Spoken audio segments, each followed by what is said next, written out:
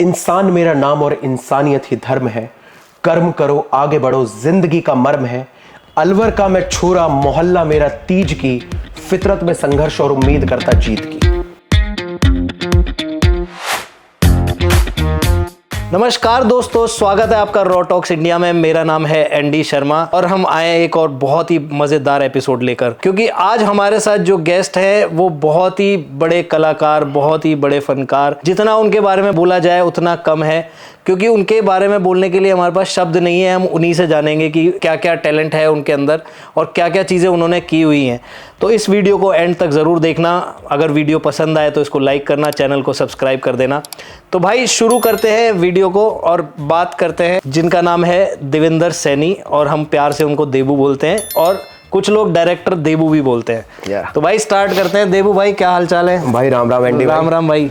यार एंडी मेरे अपने शहर का है, मिले हम मुंबई में, रहते दिल्ली में है, लेकिन ये भी अलवर का है, मैं भी अलवर का हूँ, तो बड़ा भाईचारा है हमारे बीच में। भाई थैंक यू एंडी, यार मेरे को भाई मैच हो गई भाई, देसी वाली अलवर का छोरा। हाँ, तो भाई जितनी भी हम वीडियोस लेके आते हैं, स्टोरीज लेके आते हैं, उनमें बहुत स्ट्रगल होता है, बहुत अच्छे अच्छे मोटिवेशनल चीज़ें होती हैं। लोग अपने मुंह से बताते हैं कि क्या क्या उन्होंने एक्सपीरियंस किया।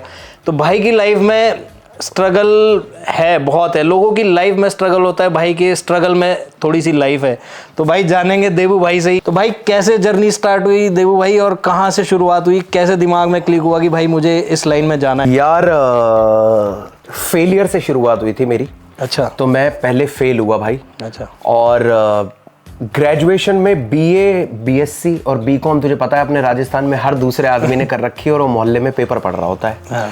तो मेरी बुआ के लड़के से लेके मौसी के लड़के सारे लोगों ने बीए, बीएससी, बीकॉम की हुई थी। तो मैंने सोचा कि मैं बीसीए करूंगा, बैचलर्स इन कंप्यूटर एप्लीकेशन। अच्छा। जहां मेरे पे 12वीं में सब्जेक्ट क्या क्या है? हाँ। ज्योग्राफी, संस्कृत और हिंदी और मैं कंप्यूटर एप्लीकेशन पढ़ूंगा। अच्छा। तो इस जिद में बीसीए में एडमिशन लिया। तो मैं बीसीए में फर्स्ट ईयर में फेल हुआ एक बार, फिर फर्स्ट ईयर में फेल हुआ दूसरी बार। फिर मैंने कहा कतई साली बीए तो मैं बिल्कुल नहीं करूंगा भाई बीए तो मतलब हर ही दूसरे आदमी ने कर रखी है। तो मैंने बीकॉम में एडमिशन लिया, फिर मैं फेल। अरे और यहाँ 3 साल फेल होने के बाद एक दिन दोस्तों से हम मजाक की, जैसा तू तेरे को पता ही है अपन, तो वही बातें चल रही थी। मेरे दोस्त ने कहा तू मास कॉम क्यों नहीं करता, तेरे जैसे लोगों के लिए वो एक बेस्ट प्रोफेशन है। और मैं एक मास कॉम के दिल्ली के कॉलेज में मैंने भाई एडमिशन लिया, और फिर उसके बाद में मैंने पीछे मुड़ के कभी भी नहीं देखा, क्योंकि मुझे एक ऐसा माहौल मिल गया जहाँ पे मेरे जैसे 5 पागल और थे। अच्छा। जो गाते हैं, बजाते हैं, नाटक करते हैं, एक्टिंग करते हैं, मिमिक्री करते हैं। तो काइंड ऑफ आर्ट जो मेरी खूबी थी या जो मोहल्ले में मेरी स्पेशलिटी थी, वो मेरे को पढ़ाई में मिल गया भाई। फिर उसके बाद में यार धीरे धीरे पंजाबी चैनल, फिर उसके बाद में हिंदी चैनल, और फिर तुम्हारे सामने है। अभी भी काफ़ी कुछ करना बाकी है, लगे हुए हैं। देबू भाई जो है, देबू भाई एक फिल्म मेकर है, एक सिंगर है, एक डायरेक्टर है, एक कैमरामैन है। मतलब इतना सारा टैलेंट है कि भाई अगर इनको एक चीज़ बोलूँ मैं तो शायद कहीं ना कहीं कम होगा। मैं इनको डायरेक्टर भी नहीं बोल सकता, फिल्म मेकर भी नहीं बोल सकता, बट इनके अंदर बहुत टैलेंट है। तो आज मतलब इतना मज़ा आने वाला है कि भाई की जो जर्नी है बहुत ज़्यादा अच्छी होने वाली है। तो उसके बाद दिमाग में क्या आया कि आगे कहाँ पे फिर गए आप, क्या स्टेप लिया था? यार मेरे कॉलेज में आने के बाद में फर्स्ट डे हमारा ओरिएंटेशन का प्रोग्राम चल रहा था, और मिस्टर भूपेश कोहली उस टाइम पे सहारा इंडिया पर एक चैनल पे he was a news anchor. अच्छा। उन्होंने मुझे सीधा खड़ा कर दिया क्लास में, तुम खड़े हो और गाना गाओ। तो मैंने गाना गा दिया। अच्छा। तो ना तो उन्हें पता था कि मैं सिंगर हूँ। हाँ। और क्लास में भी किसी को भी नहीं पता था। तो मेरी पहले दिन ही शर्म खुल गई।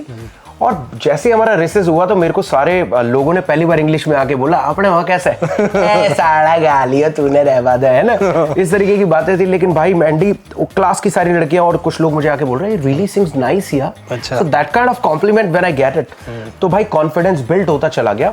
और वहां से मुझे थोड़ी थोड़ी दिशा मिलने लगी। दिशाहीन में अभी तक भी हूँ, अभी तक मुझे पता नहीं है। That's why I consider my self, तुम कह रहे थे कि डायरेक्टर भी है, कैमरामैन भी है, ये सब मेरे प्रोफेशन जरूर रहे हैं, लेकिन I consider myself as a artist only. क्योंकि अभी भी अपन दिशा ढूंढ रहे हैं कि कहाँ जाएंगे, है ना, क्लैरिटी नहीं है। तो क्लास में वो चीज का कॉम्प्लीमेंट मिला। और उसके बाद में नाटक हो रहे हैं तो भी देबू का बढ़िया चल जा रहा है। न्यूज रिपोर्टिंग अगर करनी है कि आप इंडिया गेट पे खड़े हो, हमारे को मॉक ड्रिल्स करवाए जाते थे कि भाई आप इंडिया गेट पे खड़े हो, तो हम तो उसमें भी माहिर। और ये सब करके मैं अपने दोस्तों को हंसाया करता था। मैं 3 साल फेल हो चुका था। तो मैंने अपने माँ बाप से कसम खाई कि 1 साल आप मुझे साहब दिल्ली एडमिशन करवा दो। कौन करता है, मतलब हम, मेरे फैमिली वाले बिजनेस माइंडेड लोग हैं। तो उन्होंने मुझसे कहा भाई एंडी कि तू ना अब पढ़ाई लिखाई छोड़, 12वीं तूने पढ़ ली, अपने घर का धंधा है यार, बढ़िया मौज कर। अच्छा। पर मुझे ये पता था कि यार, ये नहीं पता था क्या करना है, लेकिन ये पता था कि ये मेरी जिंदगी नहीं होने वाली, जो बाप कर रहा है वो मुझे नहीं करना। तो इस तरीके से दिल्ली आ गए। दिल्ली आने के बाद में भाई धीरे धीरे मैंने न्यूज चैनल में इंटर्नशिप पकड़ ली 8 ही महीने बाद ही। अच्छा, तुरंत प्रभाव से हमने इंटर्नशिप ले ली और वहां मुझको मिल गया मेरा एक सीनियर, जिसकी दिलजीत दोसांझ और गुलशन ग्रोवर के साथ फोटो थी पीटीसी फिल्म अवार्ड्स की। अच्छा। अब दिलजीत दोसांझ के उस टाइम पे गाने चल रहे थे, लक 28 कुड़ी दा, 47 वेट कुड़ी दा। तो ये सब गाने के टाइम पे दिलजीत हमारे यहाँ आ चुका था। He was a pop star, मतलब ऑल ओवर नॉर्थ इंडिया। अब तो ग्लोबल हो चुके हैं वो। मैंने कहा सर मुझे यहाँ लेके चलो आप। और पीटीसी पंजाबी, तुझे पता है हमारे नॉर्थ में जितने भी लोग सुन रहे हैं, PTC Punjabi is a music channel, जहाँ पे हम लोग पंजाबी गाने सुनने के लिए पीटीसी पंजाबी चलता रहता था। बिल्कुल। तो PTC Punjabi was a achievement for me. वहां पहुंचा तो वहां मेरे को एक अपना सीनियर ले गया और भाई वहां जाके देबू, जो मेरा नाम है, उन्हीं सर ने जो मुझे लेके गए थे इंटर्नशिप से, उनने ही मेरे को देबू बोलना स्टार्ट किया, क्योंकि देवेंद्र मेरा पूरा नाम है। तो आप बुलाते हो शूट वूट पे, जल्दी बुलाना चाहते हो, व्हाई यू आर एनडी, तुरंत बुलाओ, तुरंत बुला देबू।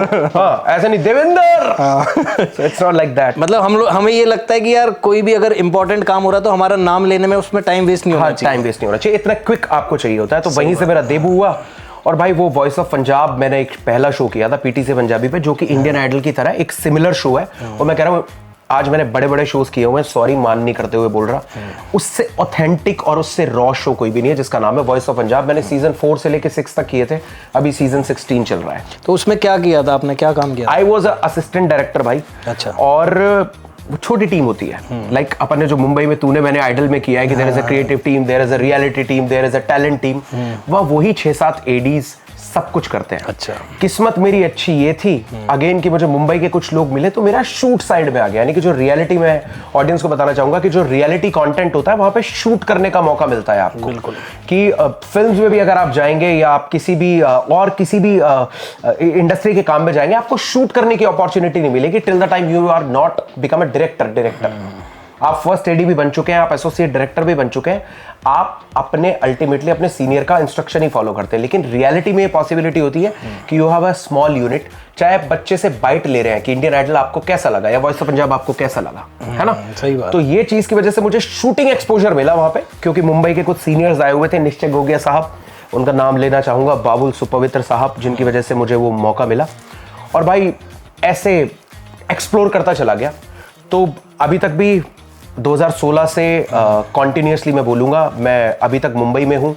रिसेंटली आइडिया बाज करके टीवी पे एक शो आ रहा है जी टीवी पे, जो कि बिजनेस अपॉर्चुनिटीज़ के लिए शो है। तो मैं एक रियलिटी डायरेक्टर हूँ और उसी में मेरा मेजर एक्सपीरियंस है। उसके अलावा मैं गा लेता हूँ, एक्टिंग कर लेता हूँ, थोड़ा सा यार भगवान ने बोलने का तजुर्बा दिया है, तो बोलने के अराउंड जो जो चीज़ें हो सकती है कोशिश करता रहता हूँ, मगर फिर भी मैं दिशाहीन हूँ। दिशा तो देखो कहीं ना कहीं दिखेगी, जब कोई दिशा आपकी ज़िंदगी में आएगी तो वही आपको दिशा दिखाएगी। कोई दिशा तो नहीं है, कोई दिशा आए यार। मैं मतलब तूने मेरे कहा मैं इंस्पिरेशनल बातें करने वाला था, लेकिन इसने जो मेरे ये दोस्त है ना इसने गाली दे दी, सॉरी भाई, कोई नहीं, वो माफी, कट जाए, लेकिन मेरे दिल पे लग गई। It's not about love and everything यार, बट यार लड़कियों ने भाव नहीं दिया मुझे। और मैं जब मिलता हूँ लड़कियों से, the kind of energy I share with people, they were like, अरे मेरे 5-10 तो गर्लफ्रेंड होंगी। अच्छा। वो हमारी 8-8 साल से सिंगल घूम रहे हैं एंडी यार, हम तो जान रहा है, तू जान रहा है। दिक्कत पता है क्या है, अभी भाई के साथ प्रॉब्लम क्या है, जो हमारे साथ प्रॉब्लम है, भाई ना एकदम देसी आदमी है, जमीन से जुड़ा हुआ। तो भाई कितना भी सही लगे कुछ लगे, लेकिन लोगों को लगता है कि यार इतनी गर्लफ्रेंड होंगी ये होंगी, लेकिन भाई दर्द कोई नहीं जानता। दर्द उसे ही पता है कि जिसके ऊपर बीत रही है।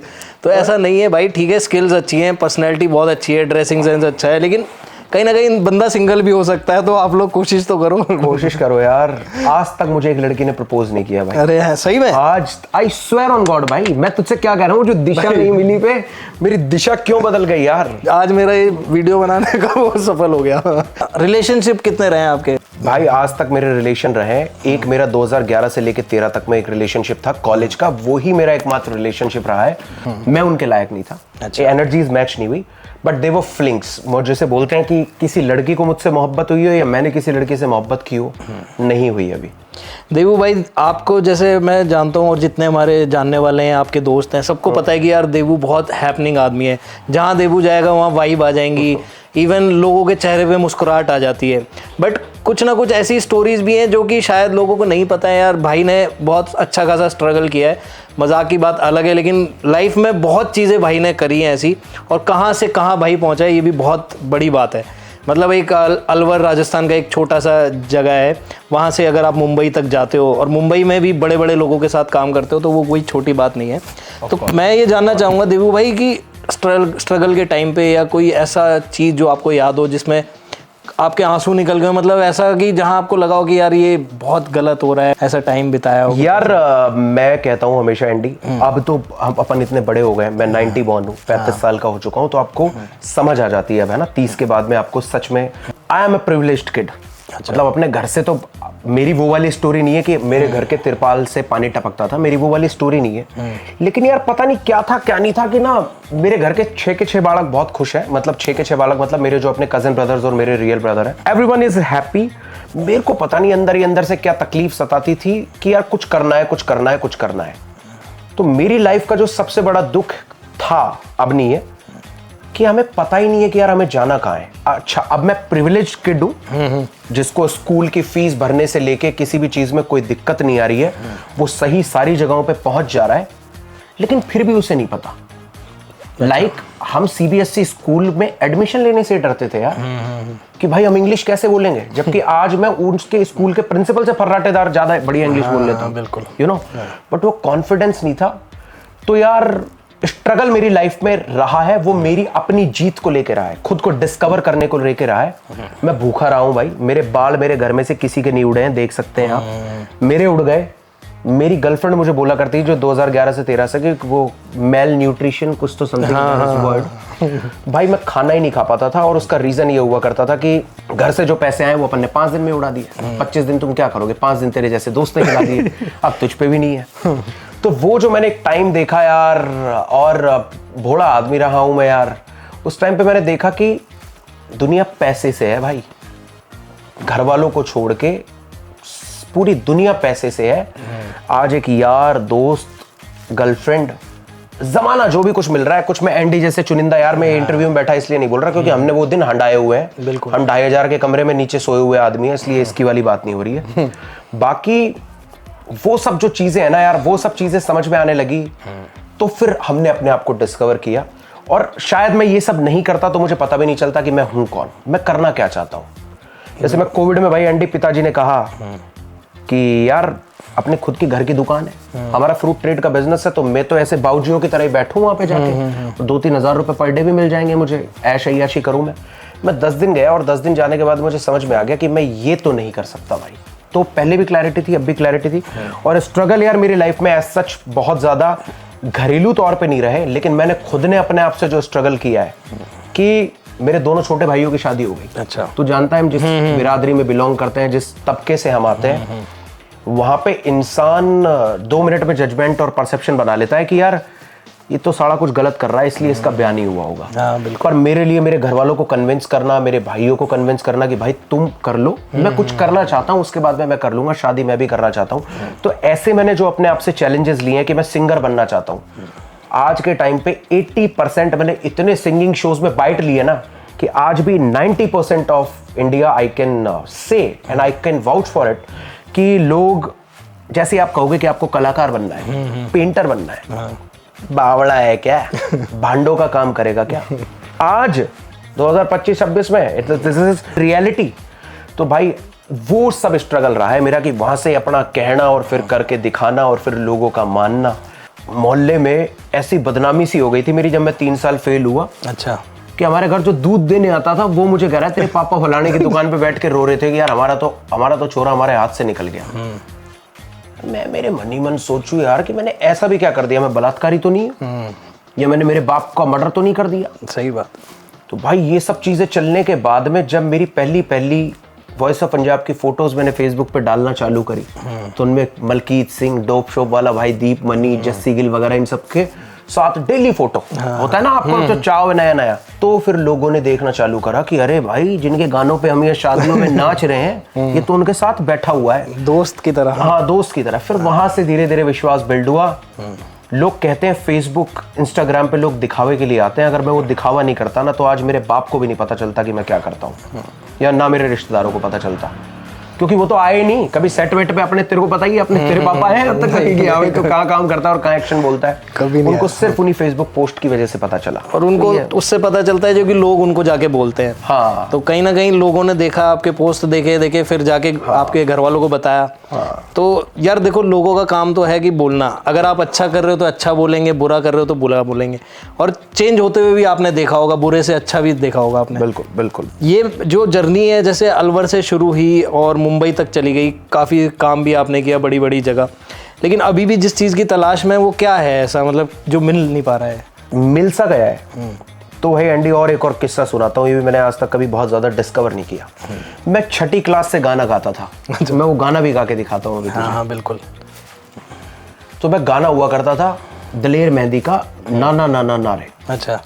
ओ सच बोलना है मना, ओ लब खोलना है मना, ओ दो मुंह वाली छुरी, ये दुनिया है सबसे बुरी, नो नो नो नो नोर नोर नोर।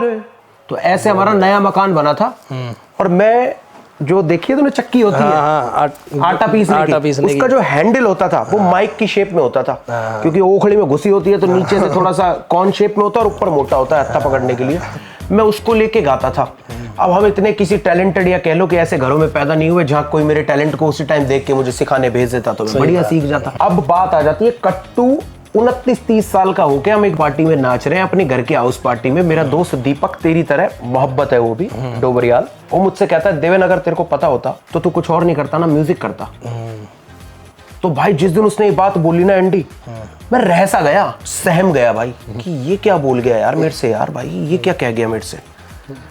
तो फिर मैंने उस दिन के बाद रिवाइंड करना चालू करा, तो जो मुझे पहली चीज आती थी, जो मुझे बचपन से आती है, वो थी ये जुबान, कि मुझे साफ बोलना आता है। फिर चीज थी भाई गाना।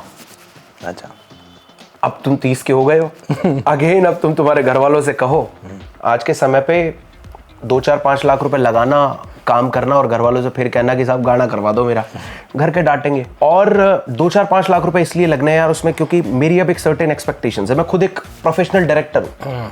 मैं अगर किसी की बुराई नहीं कर रहा, लेकिन एक मैं इमेच्योर सा वीडियो करके अगर कल मैं डाल दूंगा तो लोग मुझसे कहेंगे तूने सीखा ही नहीं 10-12 साल में कुछ भी। बिल्कुल, है ना। तेरे जैसे दोस्त भी नहीं देखेंगे उसे, ठीक है, जो मेरे अपने सच में हम उम्र दोस्त है। तो यार वो एक चीज है भाई कि मुझे इतने 30 साल का होने पे रियलाइज करवाई उसकी एक बात ने। और उस टाइम पे पता क्या हो रहा था, एक कैरियोके माइक आता है जो नेहरू प्लेस में मिलता है, वो माइक में स्पीकर होता है, उसके इको पे हम गाना गा रहे। तो मैं उसे जिस तरीके से इस्तेमाल कर रहा था, तो मेरे दोस्त ने बोला कि साला इतना छीन रहा है ये इस माइक को बार बार, इसे पता ही नहीं है कि इसे करना क्या है, और उसके मुंह से निकल गया। तो उस दिन के बाद से रियलाइज हुआ यार, फिर गाना किया। एक गाना आ चुका है मेरा, शंकर, प्रमोट करने का मौका मिल रहा है, जो कि टी सीरीज भक्ति सागर से रिलीज हुआ था। शंकर देबू आप लिखेंगे DEBU तो आपको गाना मिल जाएगा, जो वीडियो और ऑडियो दोनों के तहत मौजूद है टी सीरीज भक्ति सागर पे। देबू भाई को हम प्यार से शंकर भी बोलते हैं, जो कि हमें भी बहुत अच्छा लगता है बोलना, और भाई को भी बढ़िया पसंद है कि शंकर बुलाते हैं, क्योंकि इससे बड़ा सौभाग्य कोई नहीं है कि अगर आपको कोई शंकर बुला रहा है। तो देबू भाई, जैसे सिंगिंग का मतलब मैंने देखा है कि आप में जैसी सिंगिंग का नाम लेते हैं या कोई गाने की बात होती है, बहुत एक्साइटेड हो जाते हो आप, चेहरे पे ना एक अलग सा ग्लो सा आ जाता है। हाँ। तो यार ये कहीं ना कहीं प्यार है आपको अगर सिंगिंग से, तो अब आपको इस चीज़ में 100% आपको जाना ही चाहिए पूरी तरह। मैं बिल्कुल भाई 100% आ चुका हूँ, लेकिन मैं वही कह रहा था ना कि देख, कुछ जगहों पे शायद मैं गलत भी हूँ। हाँ। सीख रहा हूँ, लेकिन एक राइट वे फिगर आउट कर रहा हूँ। 5 साल हो गए, 2020 में मेरा गाना आया था 31 जुलाई को। उसके बाद से हम एक कंसिस्टेंसी रख नहीं पाए। उसका रीजन पहला तो मनी है, फिर मैं कह रहा हूँ मनी को भी साइड में रख देते हैं। मैं खुद भी अय्याश आदमी है, भूल जाते हैं शाम को कह के, है ना, कि शाम को जो अद्दा मारने के बाद में जो बात याद रहती हो आप सुबह भूल जाते हो। तो वो भी खामियां हैं, लेकिन मैं परिपक्व काम करने में विश्वास रखता हूं भाई। मैं ऐसे चलता फिरता सा, उड़ता डोलता सा कुछ बना दिया कर दिया, वो मेरे पे नहीं हो पाता। मुझे इतने लोग बोलते हैं कि तेरे में बोलने का हुनर है, तू ये कर ले, तू ये कर ले। अरे ये सब तो सब्स्टिट्यूट है। मैं तो मीडिया का स्टूडेंट हूँ, मैंने काम किया है, मुझे वो एक्सपोजर मिला है, तो मुझे उससे आगे बढ़ के काम करना है। तो और गाने की यार तेरे को बात बताऊं कि गाने को चमक आ जाती है, ये मैं भी जानने लगा हूँ तेरे जैसे लोगों से कहने के बाद पता चली है एंडी।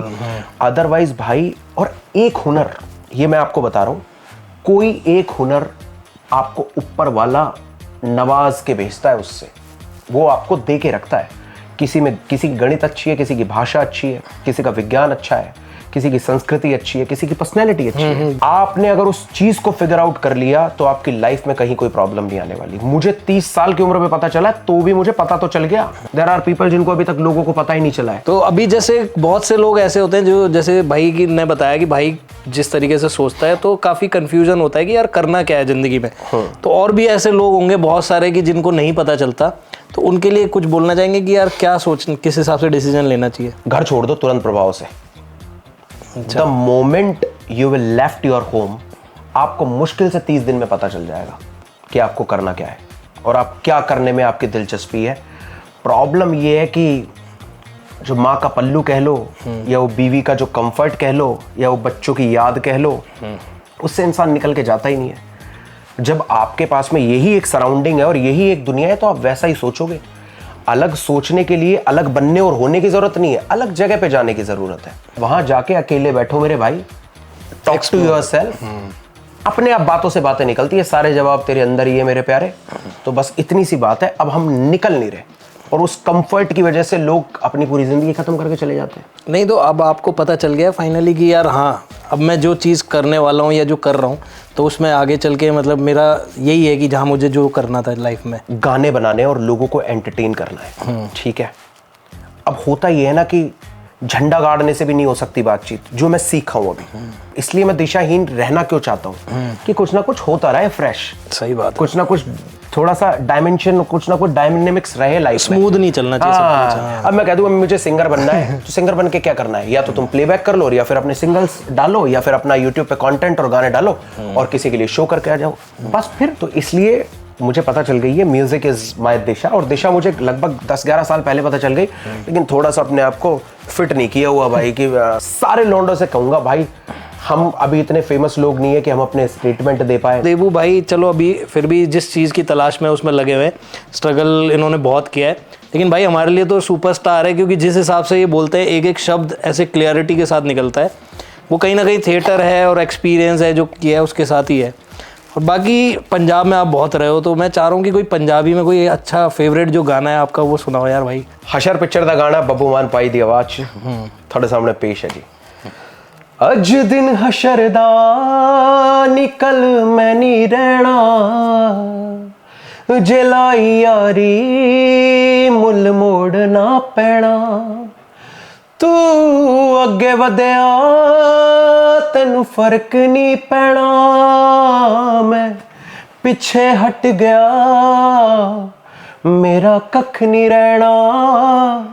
अज दिन हशर दा निकल मैं नहीं रहना, जलाई यारी मुल मोड़ ना पैना। पहले Punjabi singing, pop singing was only forte for me, लेकिन जब मैं वहाँ चला गया, पंजाब में काम किया, तो मुझे पता चला कि यार म्यूजिक तो बहुत बड़ा है वहाँ का भाई। लेकिन कुछ भी कहो भाई, मज़ा है भाई की आवाज़ में, फील है, मतलब अल्टीमेट फील है, और आवाज़ भी अच्छी है। अभी थोड़ा सा भाई गला वाला खराब है, थोड़ी नेजल साउंड जो आ रहा है। मैं डेफिनेटली आपके फीडबैक से बिल्कुल भी नहीं घबराता, क्योंकि मुझे पता है मैं जितना जानता हूँ अपने बारे में। लेकिन सच में मेरा नेजल टोन आ रहा होगा अभी इस टाइम पे, तो रीज़न इज जुकाम हो रखा है बहुत खतरनाक वाला। और भाई मैं ये बोलता हूँ देवू भाई, अगर आप अच्छा साफ दिल रखते हो, अगर आप हमेशा अच्छा सोचते हो दूसरों के लिए, तो कोई ना कोई दुनिया में एक ऐसा इंसान बैठा होगा, भगवान ने उसको बनाया, जो आपके लिए भी सोचेगा और आपके लिए करेगा। तो हमारी जो ऑडियंस है, मैं तो चाहूँगा कि भाई इतना टैलेंट है, भाई चाहता है कि सिंगर बने, किसी भी तरीके से अगर आप चाहें सपोर्ट करना चाहें तो भाई को करें। फाइनेंशियली ये नहीं है कि भाई हमें पैसा चाहिए, बट आप अपना आइडिया भी दे सकते हैं कि भाई ये चीज़ आप करो, इस तरीके से करो। भाई ओपन है हर चीज़ के लिए, ऐसी कोई दिक्कत नहीं है। आगे कम से कम आप डिस्कस भी करोगे ना, तब भी बढ़िया लगेगा भाई को। बाकी सिंगिंग के हिसाब से अगर आप देखा जाए, आपने कितना इम्प्रूव किया है पहले से अब में? यार पहले भी देख, पहले भी और अभी भी मैं टेक्निकली नहीं जानता, लेकिन अभी मैं टेक्निकली जानने की म्यूजिक को कोशिश कर रहा हूँ। लेकिन तूने भी सुना होगा ये वाली बात कि हमारे आर्ट में 30 साल होने के बाद में आप दुनियादारी को समझने लग जाते हो, एहसास और बेटर हो गया है। एंड यस डेफिनेटली, पहले जब गमक का रियाज या हम जो ताने देखा करते थे, फनी लगता था बचपन में जब DD1 पे प्रोग्राम आते थे, सही बात है। तब ये समझ थी नहीं। लेकिन असली लेकिन म्यूजिक असली म्यूजिक ही वही है, सिंगिंग असली वो सब प्रैक्टिस, तो वो सब भी चीजें आती जा रही है। तो मैं गाता, मैं ये कहूंगा कि गाता मैं पहले का जैसा ही हूँ, क्योंकि वो ऊपर वाले का दिया हुआ है। आई स्वेयर, मेरे को नहीं पता कि मेरे को कहाँ से गाना आता है, लेकिन रीजन इज कि उसमें एहसास अब मेरे एक्सपीरियंस और मेरे अपने तजुर्बों से आ गया है। ब्रेकअप भी हो लिए यारी दोस्ती से भी खा लिए, और बदनाम भी हो लिए बिना कुछ किए हुए। तो वो सारी चीज़ों के बाद में आपकी चीज़ें, और तो जब ब्रेकअप हुआ तो मतलब दुख उससे ज़्यादा निकल के आया, फिर और पेन आया गाने में, कुछ ऐसा हुआ? ऑफ कोर्स भाई, ऑफ कोर्स आपके लाइफ के हर रेफरेंस ऐड होते चले जाते हैं। लाइक कुछ बड़े लोगों का नाम मैं नहीं बोलूँगा, कहते हैं कि यार उसकी में फील नहीं आता, लेकिन अच्छी तो आवाज़ है उसकी। रीज़न ये कि उन्होंने कोई पेन ही नहीं देखा अपनी दुनिया में, या फिर उनको अगर रहा है तो उन्होंने उसको संजो के नहीं रखा अपनी कला के अंदर। तो भाई किसी भी चीज़ से यार, मैं तो हारूं, जीतूं, रोऊं, हंसूं, हर पे मुझे गाना याद आ जाता है। तो जब ब्रेकअप हुआ था, मतलब काफ़ी रोना भी आता है लड़कों को खासकर, तो उस टाइम कौन सा गाना निकल रहा था? बिछड़न। अच्छा बिछड़न गाना हुआ करता था। तू बिछड़न बिछड़न कहंदी है, तू बिछड़न कहंदी है, बिछड़े तो जी ना पाएंगे, हो बिछड़े तो जी ना पाएंगे। ये भाई उन दिनों इतना गाता था मैं। और एक है लखविंदर वडाली पाजी का नैना दे बूहे, यार बह गया नैना दे बूहे आके, बह गया नैना दे बूहे आके, खुदा दी गल की करिए, सानू लुट लिया नजरा मिला के, हो सानू लुट लिया, सानू लुट लिया नजरा मिला के, खुदा दी गल की करिए, यार बह गया नैना दे बूहे आके। वाह। यार बह गया, जो मेरे सामने वाला यार है वो अपनी नैना दे बूहे यानी आंखों के दरवाजे बंद करके बैठ गया है। वाह भाई, बहुत मतलब दर्द इतना है कि क्या ही बताऊं है यार, लेकिन हम अपनी हंसी के पीछे दबा देते हैं। अभी बेशक इस पॉडकास्ट में कितने खुले ना खुले, क्योंकि राग रसोई हमेशा समय समय पे बनती है, लेकिन हम करने वाले हैं, निकल के आएंगे, पूरे जोरों शोरों से आएंगे। ये हमारा घमंड नहीं है, ये हमारा कॉन्फिडेंस है। और हम कह रहे हैं कि हमने अपनी कला को तराशा है भाई, हमने मक्खियां गिनी है, मच्छर कितने हैं गिने हैं, हमने रोड पे निकल निकल के डांस किया है, हमने अपने एक दूसरे के कपड़े फाड़े हैं, तो हमें ह्यूमर का पता है। Yes definitely we will come for sure one day. Debu भाई, आप जैसे स्ट्रगल वगैरह भी रहा है, टाइम बहुत मेहनत भी करी है, तो ऐसे टाइम पे कुछ लोग ऐसे भी होंगे जिन्होंने बहुत सपोर्ट भी करा है, काफ़ी मतलब जो लगता होगा आज भी आपके शायद साथ में है या हमेशा आपके सपोर्ट में। ऐसे कौन लोग हैं जो उस टाइम भी सपोर्ट करते थे, आज भी करते हैं? एक और कॉन्सेप्ट में मैं विश्वास रखता हूँ कि लोग भगवान को ऊपर ढूंढ रहे हैं। अच्छा। मैं कह रहा हूँ नीचे ही घूम रहा है यार। समझो जब पूरी एक कायनात तुम्हारे पीछे लगी हुई है कि फेल हो गया फेल हो गया फेल हो गया, क्योंकि मैं ना अपने यहाँ से एक ऐसा बच्चा था जिससे उम्मीद थी अच्छा कि ये कुछ कर सकता है, बाकी तो पाखंडी बहुत सारे घूम ही रहे हैं, है ना। अब हम फेल हो गए तो पूरा ही ऐसा हो गया कि रिश्तेदार भाई। वहां से क्लास का वो एक लड़का जिसने यूं कहा कि you sings really well bro, या जिसने मुझसे कहा कि तुम्हारी आवाज अच्छी है, जिस भी क्लास के टीचर ने कहा, और वहां से लेके तेरे जैसे जो भी यार दोस्त बने, उसमें गौतम है, सिद्धार्थ है, दास भाई है, अच्छा, निश्चय गोबिया सर जो मुझे यहाँ से पंजाब से लेके गए, सुपवित्र बाबुल सर जो मुझे यहाँ से मुंबई में, भाई आपको एक और कहानी छोटी सी बताता हूँ। मुंबई जाने के लिए आप भी अपने दोस्तों से पूछना कि कौन ऐसा है जो यहाँ से बैठा बैठा हमारी इंडस्ट्री की नौकरी लेके गया था। मैं 30,000 रुपए महीने की नौकरी लेके गया था यहाँ से, सिक्योर करके, साउदर्न इंडिया में काम करने के लिए। तो सब प्रभु की कृपा है यार। तो पहले तो मुझे कैसे लोगों से मिलवाया भगवान ने। मैं पहले कहता था कि सब अच्छे ही हैं, फिर भगवान ने कहा कि आओ तुम्हें बुरों से मिलवाते हैं, भ्रम तोड़ते हैं, तुम्हारा भ्रम तोड़ते हैं। तो दिल्ली में टूटा वो भ्रम भाई। अच्छा। और फिर उसके बाद में 2016 में गया, तो मैं भाई आज तक भी सबसे बड़ी बात का जिसका शुक्रिया अदा करता हूँ ऊपर वाले का, उस एक बात का करता हूँ कि किन लोगों से मिलवाया यार तूने मुझे। उन सब की एक चीज अच्छी है कि वो सब प्रोग्रेसिव है यार। अच्छा। सारे प्रोग्रेसिव हैं, सब कलाकार हैं और अपनी दुनिया में ना एक तरीके का बदलाव लाना चाहते हैं, जो बदलाव हमारी जिम्मेदारी है यार। उन लोगों का तो मतलब शुक्रिया। मैं एक एक की शक्ल याद करके, दास भाई, निश्चय सर, बाबुल सर, भाई नाम डालना इनके यार प्लीज यार, अगर बिल्कुल आएंगे यार। पाए तो नहीं तो कुछ लोग ऐसे भी बोल रहे हैं, जैसे मेरी बात हुई थी गौतम से, गौतम कह रहा है देबू को लड़कियों से बहुत डर लगता है, ऐसा है कुछ सच्चाई है? यार मुझे बिल्कुल भी कोई लड़कियों से डर नहीं लगता है। डर काहे का लगेगा? मैं एक थोड़ा सा कौन सा शब्द, वाइब्रेंट बंदा हूँ, है ना। वाइब्रेंट मेरे कपड़ों से लोगों को लगता है कि ही इज ये man, like I'm always the hip hop guy and I'm saying you know that kind of dialect and हाँ, आदमी अमलवर का है। तो पहली बात तो क्या होता है कि लड़की मुझे 2 दिन तक देखती है, पहले दिन तो मोहब्बत हो नहीं जाती 90 की तरह, 2 दिन देखती है तो उसे मैं बहुत कूल लगता हूँ। The moment she sit and talk to me, तो ऐसा नहीं है कि मैं मिसबिहेव करता हूँ, उसके सपने टूट जाते हैं। ऐसा क्या हो? उसके सपने टूट जाते हैं कि ये तो देसी आदमी है, ये वो नहीं सोच रहा। अच्छा। और मेरे सपनों तक सुनने तक वो बैठती नहीं है मेरे साथ। तो मैंने नोटिस किया है, और ये भी एक रीज़न है कि शायद मैं एक इमोशनल इंसान हूँ, तो उसके चक्कर में भी। और मैं एक तुझे मेजर रीज़न बता रहा हूँ, मैंने लड़कियों पे फोकस भी नहीं किया यार भाई। तो ये होता है कि कल को जैसे आप सिंगिंग कर ही रहे हैं, मेहनत कर रहे हैं, तो कल को बहुत अच्छा, भगवान करे, हम तो चाहते हैं कि चले चीज़ें, आप फेमस भी हो, तो कभी ऐसा लगता है कि जो एक नॉर्मल सा आदमी है, रॉ एकदम, उसमें घमंड आ सकता है, कुछ ऐसा है? यार एंडी, हर दिन कहता हूँ घमंड आ सकता है, लेकिन अब मैं कह रहा हूँ इसका, जब मैं अपने आप से ये सवाल बहुत करता हूँ, क्योंकि मैं फेमस होऊंगा। बिल्कुल, this is just a conviction यार गाइज, क्योंकि मैंने अपने क्राफ्ट पे उतना हंडाया है, मैंने मतलब मैंने उतना वक्त दिया है किसी चीज़ को, तो मैं फेमस होऊंगा। लेकिन मुझे अब समझ में आता है कि आप बचपने में नहीं रहे, बड़े हो गए। अब I am 35 now and turning into 36। अब आपको इस बात का इल्म हो चुका है कि आपसे समझदार 20 साल का इंटर्न है। We met so much interns, जो हमारे इंटर्न होते हैं शोज पे वगैरह पे, साले तुमसे ज्यादा बेटर आइडियाज के साथ यूं बैठे हुए हैं, तुमसे छोटा भी और बड़ों की भी। तो ये तो महाज्ञानी और अव्वल, मतलब जो तुम आज कर रहे हो, वो जो गाना मैं अपनी जिंदगी में नहीं गा पाऊंगा, वो आज से 100 साल पहले बंदा गा के जा चुका। जब तुम्हें इस बात का इल्म है तो तुम में घमंड नहीं आएगा। हाँ, आज जिसने हमें 100 रुपए देने की मना करी है, मैं उसे 500 दूंगा।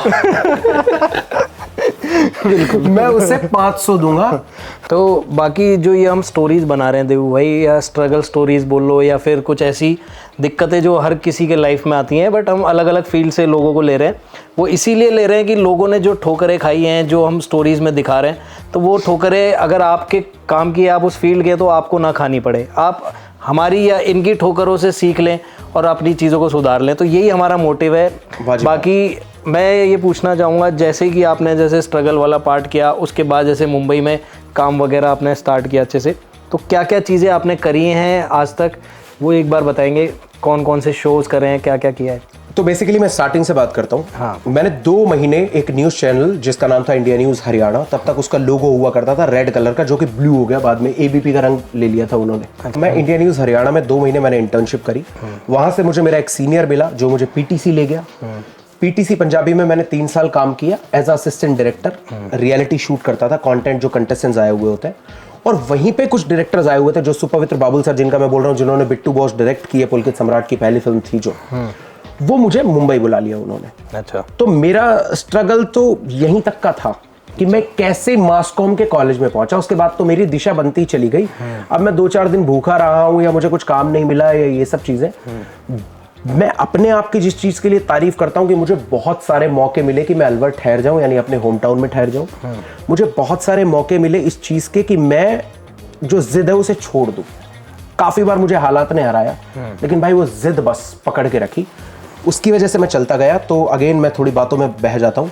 मैंने पीटीसी के साथ 3 साल काम किया। उनके मिस्टर पंजाब एक शो है जिससे प्रिंस नरूला, आप सब जानते हैं, एक काफ़ी बड़ा फेमस चेहरा है आज के टाइम पे। वो बाद में मिस्टर पंजाब से निकल के रोडीज बना, रोडीज के बाद बिग बॉस बना, उसके बाद में उसने और भी एक डांसिंग रियलिटी शो जीता, और अभी तक भी भाई इज स्टिल देयर। तो वो सब शोज़ किए। और फिर वहाँ के बाद में मेरा जो मेजर एक्सपीरियंस रहा है, सावधान इंडिया और क्राइम पेट्रोल जैसे शोज़ भी मैंने किए, लेकिन मेरा जो मेजर एक्सपीरियंस है वो टीवी रियलिटी शोज़ में है। टीवी रियलिटी शोज में दो तरीके के डायरेक्टर होते हैं, आप लोगों को सिखाने के लिए, एडुकेट करने के पॉइंट ऑफ व्यू से बता रहा हूं। There is one online director. Online director वो होता है जैसे बच्चन साहब कौन बनेगा करोड़पति में जब बैठे होते हैं पैनल पे जहां सवाल पूछते हैं, या फिर जिस दिन एक कंटेस्टेंट गाना गा रहा होता है, गाला सेट जिसे बोलते हैं, जो पूरा लेट होता है, उस दिन मल्टीपल कैमरास के साथ, मल्टी कैमरास के साथ जो एक डायरेक्टर शूट करता है उसे बोलते हैं online director. There is another director जो हमारा जैसे डायरेक्टर होता है उसे बोलते हैं reality director. Reality director contestants के अराउंड जो एक लाइफ चलती है, एंडी बहुत बखूबी जानता है, बिल्कुल ने किया हुआ है, वो कंटेस्टेंट्स की लाइफ को दिखाने के लिए, चाहे डिफरेंट प्रैंक्स के थ्रू देखते हैं आप, जैसे गाला के एपिसोड में एक वीटी आती है कि कल हम लोगों ने अपना दिन कैसे सेलिब्रेट किया, लोहड़ी का, अभी लोहड़ी गई है, तो हमने उस चीज को शूट करके रख लिया, उसे एडिट करवा के वहां पे प्ले करवा दिया। एक कंटेस्टेंट्स की बैक स्टोरी जो होती है कि हम उनके गांव गए या किन परिस्थितियों से गुजरा है, ये सब चीजों का जो काम होता है, ये हमारा मेजर काम होता है। और हमारे जैसे जो डायरेक्टर होते हैं रियलिटी डायरेक्टर, उसको बोलते हैं नॉन फिक्शन डायरेक्टर, जो कि डॉक्यूमेंट्रीज बनाते हैं बेसिकली। अच्छा, तो मैं एक फिक्शन डायरेक्टर नहीं कंसीडर करता अपने आप को, क्योंकि मेरा मेजर एक्सपीरियंस उसमें नहीं है। I am a non fiction director. बहुत बड़े बड़े काम आपने किए, बड़े बड़े शोज किए हैं, तो कुछ बड़े बड़े एक्टर्स वगैरह से भी मिले हैं आप लोग, बताओ। रेमो सर डांस प्लस सीजन 3 का फिनाले चल रहा है। कुछ एक एक्ट्स ना प्री शूट हो जाते हैं, क्योंकि सेम डे पे सब कुछ करना पॉसिबल नहीं होता, तो उनको शूट करके रख लेते हैं। उस दिन सिर्फ उसकी सीडी प्ले होती है और वो लोग देखते हैं, ठीक है। प्री एक्ट शूट हो रहा था रेमो सर का। रेमो सर कुछ बाहुबली टाइप के ड्रेसअप में थे। गौतम एडिट टीम का हिस्सा होता था। अच्छा। और गौतम का वो पहला शो था।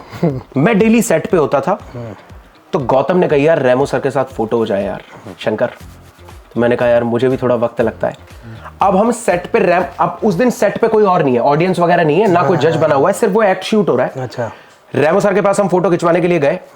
जैसे ही रेमो सर ने हमारे गले में हाथ डाला, फेडर डाउन। फेडर डाउन का मतलब लाइट बंद हो गई। सेट पे सेट वाला लाइटिंग चेक कर रहा है ना, उनकी महानता की स्टोरी है रेमो सर की। तो वो चेक कर रहा है लाइटिंग को, तो उसने फेडर अप डाउन कर रहा है। जैसे ही कैमरा का फोन ऊपर हो फिर फेडर डाउन। अच्छा। वो हमें देख के नहीं कर रहा, वो तो अपनी तैयारी कर रहा है, लेकिन ऐसा हो रहा है। करीब 1 मिनट हो गया, हमने रेमो सर को बोला बड़े सिसकते हुए से, सर थोड़ी देर बात कर लेंगे, कोई बात नहीं। रेमो सर ने पता है कैसे किया, अपने हाथ से ऐसे गले में था, हम लोग यूं निकल के जाने लगे, यूं रोका, जस्ट बी देयर। लाइट आई, फेडर करीब करीब 1 मिनट के लिए खुला होगा। जब लाइट आ गई प्रॉपर, हमने पिक्चर क्लिक करवाई। वो पिक्चर मैं जरूर शेयर करूंगा, तो डालना पॉडकास्ट में। बिल्कुल बिल्कुल। वो उनकी महानता की स्टोरी है कि मैंने बड़े बड़े फन्ने खान देखे हुए हैं। अब तो मैं धर्मेंद्र जी से मिलना एक मेरा रह गया, नहीं मैं बड़े बड़े लोगों से मिल लिया हूँ, काम कर लिया है, देख लिया है। जिस आदमी में मैं नहीं आई, उनका नाम है रेमो डिसूजा। चाहते तो कह देते ना, he is in a getup, he is in attire, he is dancing, I will do it later यार। सही बात है। It's very easy to say that, you know. लेकिन भाई उन्होंने पकड़ के रखा, मैं निकलने लग रहा हूँ, मेरे को ऐसे पकड़ के रखा। पता है उन्होंने क्या देखा हुआ था? आंखों में दिखता है आदमी को। उन्होंने देखा हुआ था कि भाई ये लड़का ना मोहब्बत भी करता है और ये लड़के सेट के हिस्सा है। इनको बेचारों को कभी कभार हिम्मत मिल पाती है यहाँ तक चढ़ के आने की। कभी मैं भी था ऐसा, वो मेरे को बात दिखी। तो भाई रेमो सर से मिलना, मास्टर सलीम पाजी से मिलना यार। तो कैसा लगता है, जैसे कोई इंसान, जैसे इतने बड़े लोग होके भी आपके जब काम की रिस्पेक्ट करते हैं, आपको फील होता है, तब कैसा फील होता है आपको? कहने योग्य नहीं बच जाते। जो तुम बात बोल रहे थे ना कि तुम में कभी घमंड आ जाएगा कल को सक्सेस हो गए, तो यहाँ नहीं आ पाएगा घमंड। यहाँ तुम जैसे ही उन लोगों को जान गए ना कि तुमने क्या किया है। रेमो सर को नेशनल अवार्ड मिल चुका है, कोरियोग्राफी के लिए फिल्म फेयर मिल चुके हैं, फिल्म्स वो बना चुके हैं, बैकग्राउंड डांसर आज एक मेन प्रोड्यूसर बन के बैठा हुआ है और जाने कितने टैलेंट को लॉन्च कर चुका है। तुम कौन हो? सही बात है। एक गाना 10 करोड़ का बनाता है वो फिल्मों के लिए, कहां से घमंड आएगा तुम में? तो सर ने मुझे बहुत प्यार से पकड़ के पिक्चर क्लिक करवाई, रेमो सर ने, और दैट इज अ मोमेंट भाई। तो कभी जैसे टाइम ऐसा भी रहा है कि अच्छा भी रहा है, बुरा भी रहा है, तो कभी भाई डिप्रेशन में गए हो? मैं डिप्रेस नहीं होता यार, मैं तो धन से डिप्रेस होता हूँ। मैं डिप्रेस नहीं होता। मैं फिर कह रहा हूँ यार, डिप्रेस वो आदमी एंडी जो यहाँ मूलचंद फ्लाईओवर के नीचे सोया हुआ है, जिसके कंबल में से ओस निकल के अंदर जा रही है, वो डिप्रेस हो तो समझ में भी आए। मैं बढ़िया पक्के मकान में पैदा हुआ हूँ, मेरे पापा को आज मैं रोके कह दूं कि एक 40-50 हज़ार रुपए चाहिए तो वो अभी मिनटों में ट्रांसफर कर देंगे। तुम कौन से डिप्रेशन में जा रहे हो?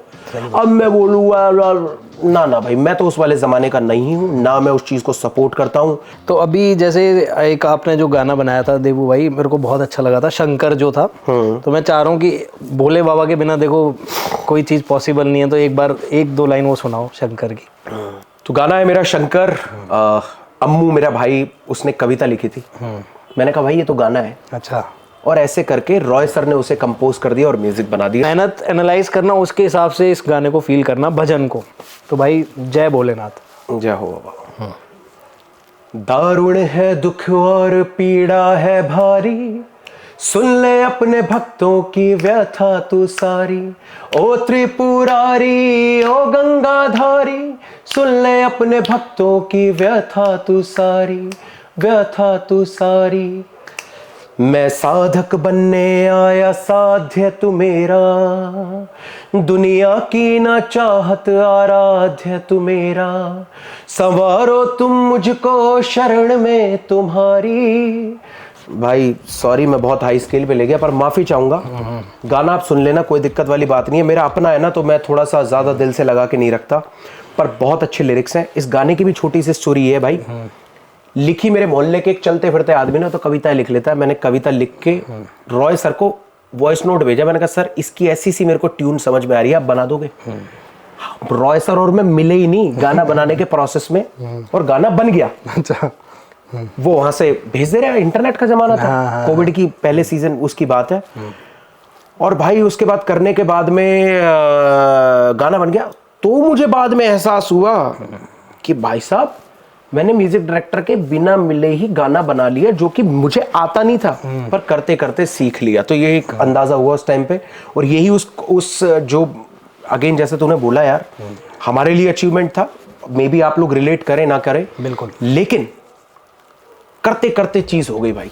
करना, एक्शन ओरिएंटेड होना इंसान के लिए बहुत जरूरी है। जैसे आपको गाना बहुत पसंद है, सबसे फेवरेट कौन सा है?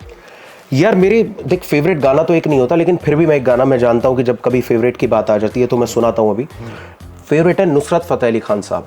अच्छा। जब मैं छोटा था, अगेन वही 5वीं-6ठी क्लास वाला बच्चा, मुझे पता नहीं, अब मैं इन बातों का जवाब देना जानता हूँ क्योंकि मैं बोलना सीख गया हूँ। मैंने कहा यार ये आदमी मेरे को क्यों असर करता है यार। जब भी मैं उसका गाना सुनता था या उस तरीके की कोई भी चीज सुनता था तो बड़ा असर होता था। तो वो है नुसरत फतेह अली खान साहब। तो उनका गाना मुझे बहुत पसंद है, तेरे बिन नहीं लगदा दिल मेरा डोलना। जानिया वेहानिया तू भी सिख कदे दुख सुख फोलना। तेरे बिन नहीं लगदा दिल मेरा ढोलना है। तेरे बिन नहीं लगदा दिल मेरा ढोलना।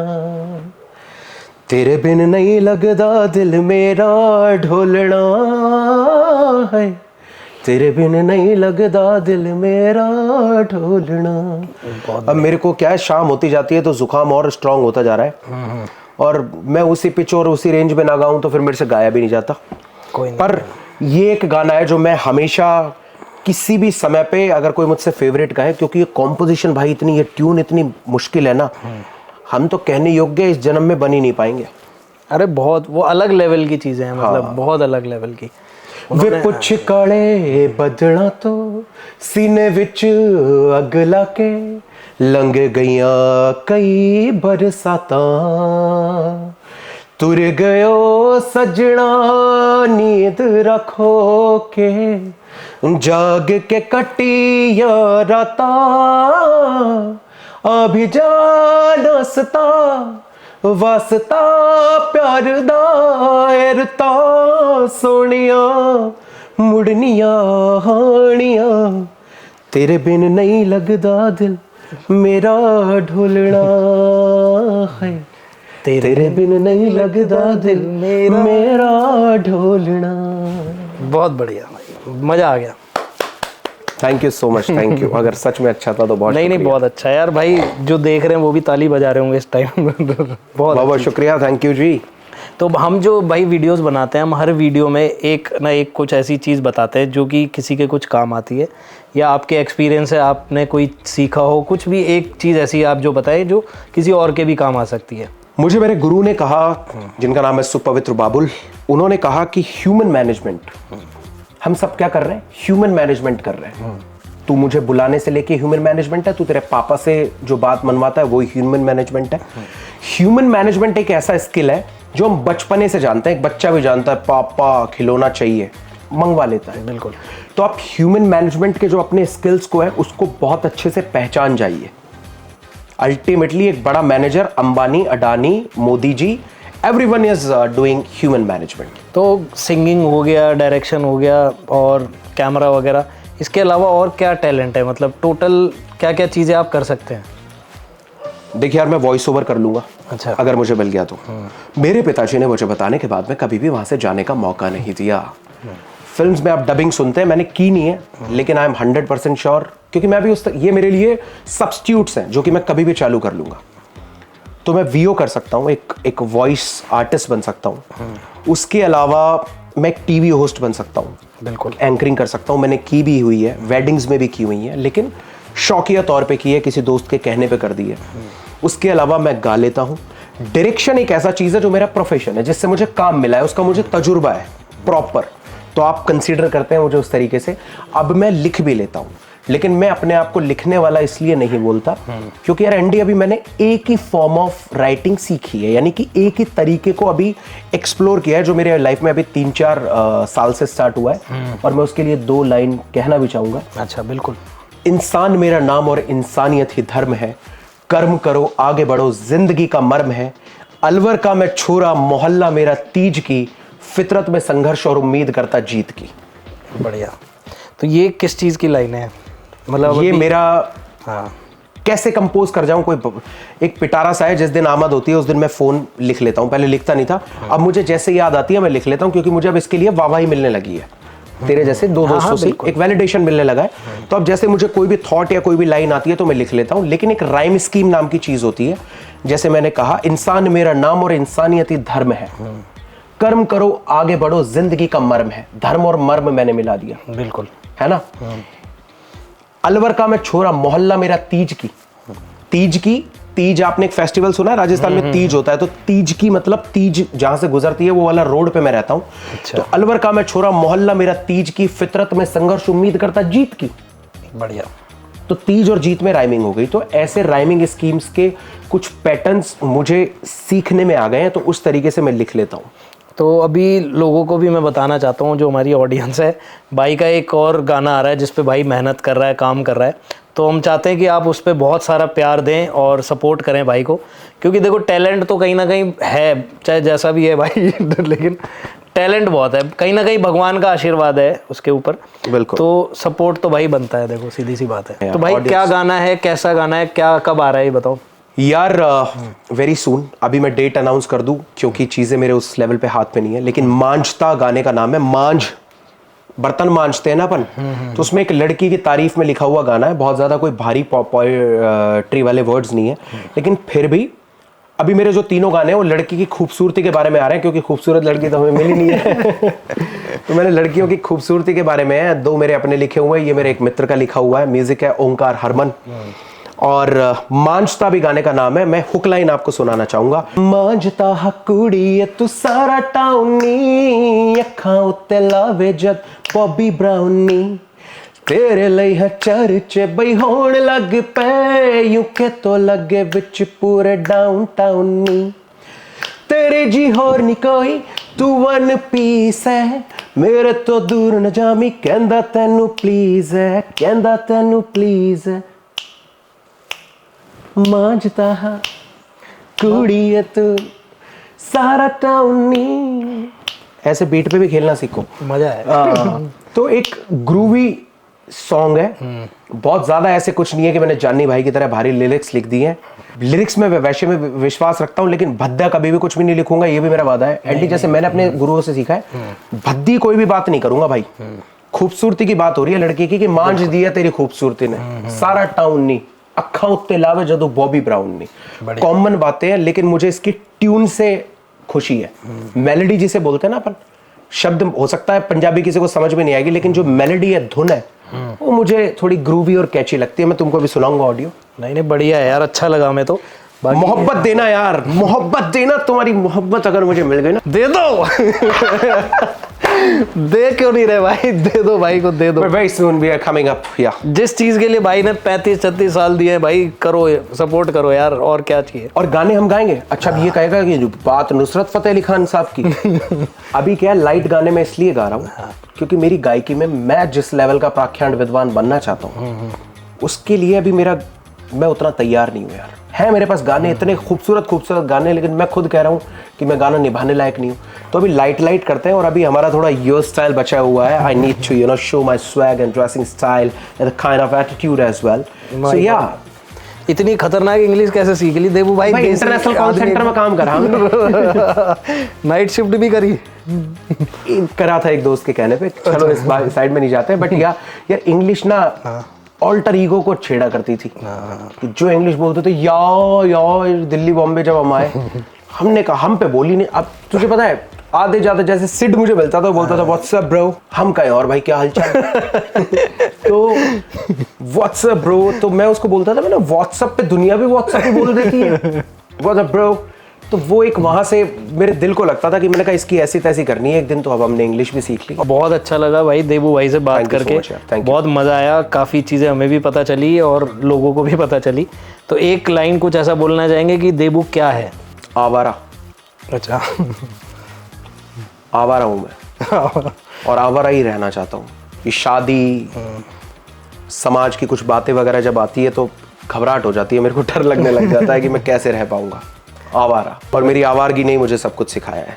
तो शादी वादी मतलब करनी तो पड़ेगी यार। देख, इस बात को भूला नहीं जा सकता ना। भाई से भी, विशाल से मैं भी आते हुए ये बात कर रहा था। हम कहते हैं हम अकेले आए, लेकिन मेरी बाजू में माँ बाप, भाई बहन है, एक दुनिया है। हाँ बिल्कुल है। और उनके लिए जीना तुम्हारा दायित्व है। तो इसलिए मैं एकल खोंडा बन के जीना नहीं चाहता।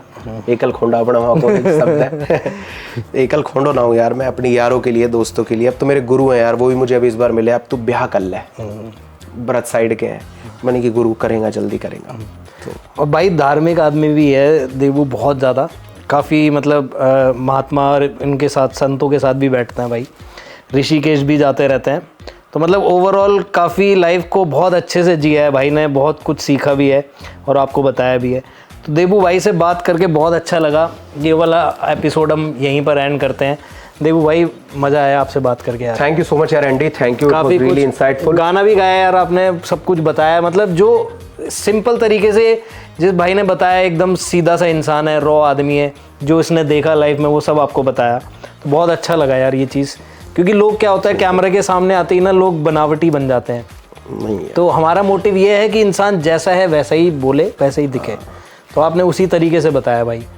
तो कोई बात अगर मिस हो गई हो तो हम अगले एपिसोड में जरूर यार कवर बातें करेंगे। तो किससे तो कभी खत्म ही नहीं होने, किससे तो फिर कैमरे मुक जाएंगे। चैनल को सब्सक्राइब करना, शेयर करना। कोई एक बात आपको अगर एक लाइन से भी रिलेट करो तो उस लाइन को लिख दो उसके नीचे कि यार ये बात से आपकी से हम बड़े सहमत हुए। बिल्कुल। और यार हिंदुस्तान की जो है ना कि जो फेमस समोसे वाले की दुकान पे तुम लाइन लगाते हो, लाइन लगाना बंद करो और सबके साथ में जस्टिस करो। ये आपका दायित्व है।